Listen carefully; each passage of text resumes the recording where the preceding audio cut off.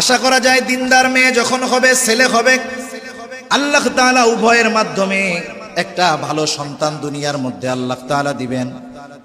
এখন যখন সন্তান দুনিয়ায় ভূমিষ্ঠ হবে, মাতৃগর্ভে থাকা অবস্থায় মা যথাযথভাবে দ্বীনের উপরে চলবে। কারণ আজকের আধুনিক বিজ্ঞান বলতেছে, সন্তান যখন মাতৃগর্ভে আসে, মায়ের সমস্ত আখলাক, অ্যাটিটিউড, সব কিছুর প্রভাব ওই সন্তানের উপরে পড়ে। তার খাবার, তার কথা, তার শোনা, তার আচরণ, তার মাইন্ড, তার মন মেজাজ, তার চাহিদা, সব কিছুর প্রভাব গর্ভের সন্তানের উপরে পড়ে। সুবহান। তাহলে একটি সন্তান গঠনে একজন মায়ের ভূমিকা কতটুকু চিন্তা করে দেখেন। এবার সন্তান দুনিয়ায় ভূমিষ্ঠ হলেন, সন্তানের কানে দুনিয়ার কোনো আওয়াজ যাওয়ার পূর্বে আল্লাহ তাআলার একত্ববাদ, আল্লাহ তাআলার বড়ত্বের আওয়াজ তার কানের ভিতরে ঢুকায়া দিতে হবে। রাসূলুল্লাহ সাল্লাল্লাহু আলাইহি ওয়াসাল্লামের সুন্নাত আদর্শ হলো, সন্তান ভূমিষ্ঠ হবার পর সন্তানের ডান কানে আজান, বাম কানে ইকামত দেওয়া। হযরতে ফাতেমা রাদিয়াল্লাহু তাআলা আনহার সন্তান, প্রথম সন্তান হযরত হাসান রাদিয়াল্লাহু তাআলা আনহু যখন দুনিয়ার মধ্যে ভূমিষ্ঠ হইলেন, আযানা ফি উদুনিহি, নবীজি সাল্লাল্লাহু আলাইহি ওয়াসাল্লাম তার কানের মধ্যে আজান দিলেন। কেমনে আজান?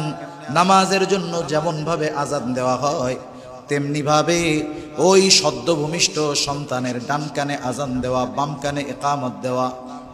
এভাবে কি হলো, দুনিয়ায় ভূমিষ্ঠ হওয়ার পরে দুনিয়ার কোনো কথা তার কানে যাওয়ার আগে আল্লাহ তাআলার একত্ববাদ ও বড়ত্বের আওয়াজ তার কানের মধ্যে পৌঁছায়া যায়। কিন্তু এখন অনেক সময় এই কাজটা করার সুযোগ আমাদের হয় না। ছেলে নাই ওইখানে, মেয়েরা যদি পারে, মেয়েরাই ডান কানে আজান, বাম কানে ইকামত দিয়ে দিবে। এটা হলো সুন্নাত। মসজিদে আজান দেওয়া বা বাচ্চা আছে এক জায়গায় আর এক জায়গায় আজান দেওয়া, এটা ভুল পদ্ধতি, এতে কোনো লাভ নাই। যেই কল্যাণের কারণে এই আজানের ব্যবস্থা, এটা ওই বাচ্চার কানে পৌঁছায় দিতে হবে। এটা হয়তো কোনো পুরুষ দিতে পারে, যদি নারীরা আজান ইকামতের শব্দগুলো জানে তাহলে তারা সেগুলো দিয়ে দিবে। 2 নাম্বার, সন্তান ভূমিষ্ঠ হবার পরে তাকে তাহনিক করাবে। আসমা বিনতে আবি বকর রাদিয়াল্লাহু তাআলা আনহা, উনি যখন হিজরতের সময় হিজরত করলেন, ওই সময় উনি প্রেগন্যান্ট ছিলেন, গর্ভবতী ছিলেন। কুবা নামক স্থানে আসার পরে ওনার একটা সন্তান হইল। বাচ্চাটাকে রাসূল সাল্লাল্লাহু আলাইহি ওয়াসাল্লামের কাছে নিয়ে যাওয়া হলো। রাসূল সাল্লাল্লাহু আলাইহি ওয়াসাল্লাম খেজুরের একটু টুকরা নিজের গালে চিবিয়ে ওই বাচ্চার গালে দিয়ে দিলেন। রাসূল সাল্লাল্লাহু আলাইহি ওয়াসাল্লামের পবিত্র লালা ওই বাচ্চার পেটে প্রথম গেল। সেজন্য আমরাও চেষ্টা করব ভালো কোনো মানুষ, দিনদার কোনো মানুষের দ্বারা এই তাহনিক করানো। এটাও রাসূল সাল্লাল্লাহু আলাইহি ওয়াসাল্লামের অন্যতম একটা সুন্নাত। যখন কোনো শিশু ভূমিষ্ঠ হতো, সকলেই আগে রাসূল সাল্লাল্লাহু আলাইহি ওয়াসাল্লামের কাছে নিয়ে আসতেন।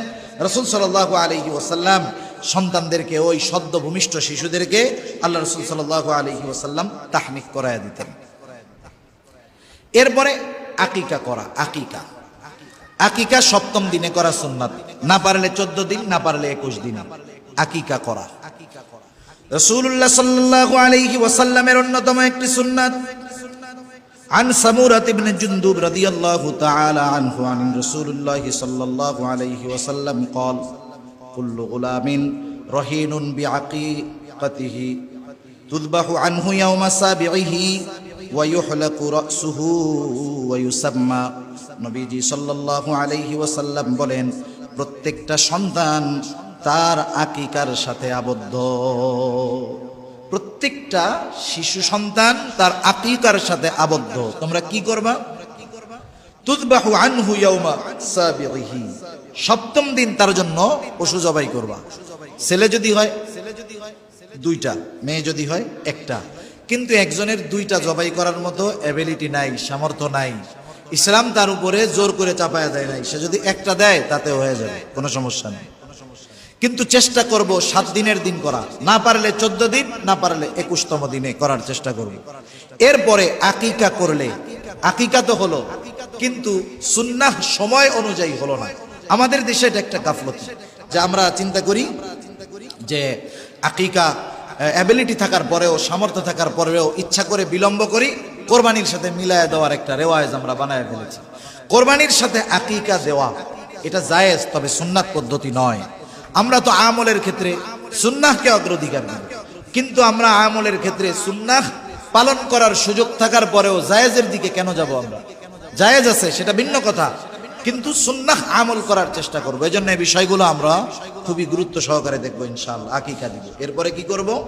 তার মাথার চুলগুলা আমরা মুন্ডায় দিব, মানে টাক করে দিব। এই চুল মুন্ডানোর পরে চুলের ওজন সমপরিমাণ স্বর্ণ রূপ্য অথবা এগুলোর সমপরিমাণ মূল্য আমরা সাদকা করে দিব, এবং ওয়ায়ুসাম্মা, তার সুন্দর একটা নাম রাখবে। এই সুন্দর নাম, এটা একটা শিশুর অন্যতম একটি হক। একটা শিশুর অন্যতম একটি হক হলো তার সুন্দর নাম রাখা। সাথে সাথে কি করা?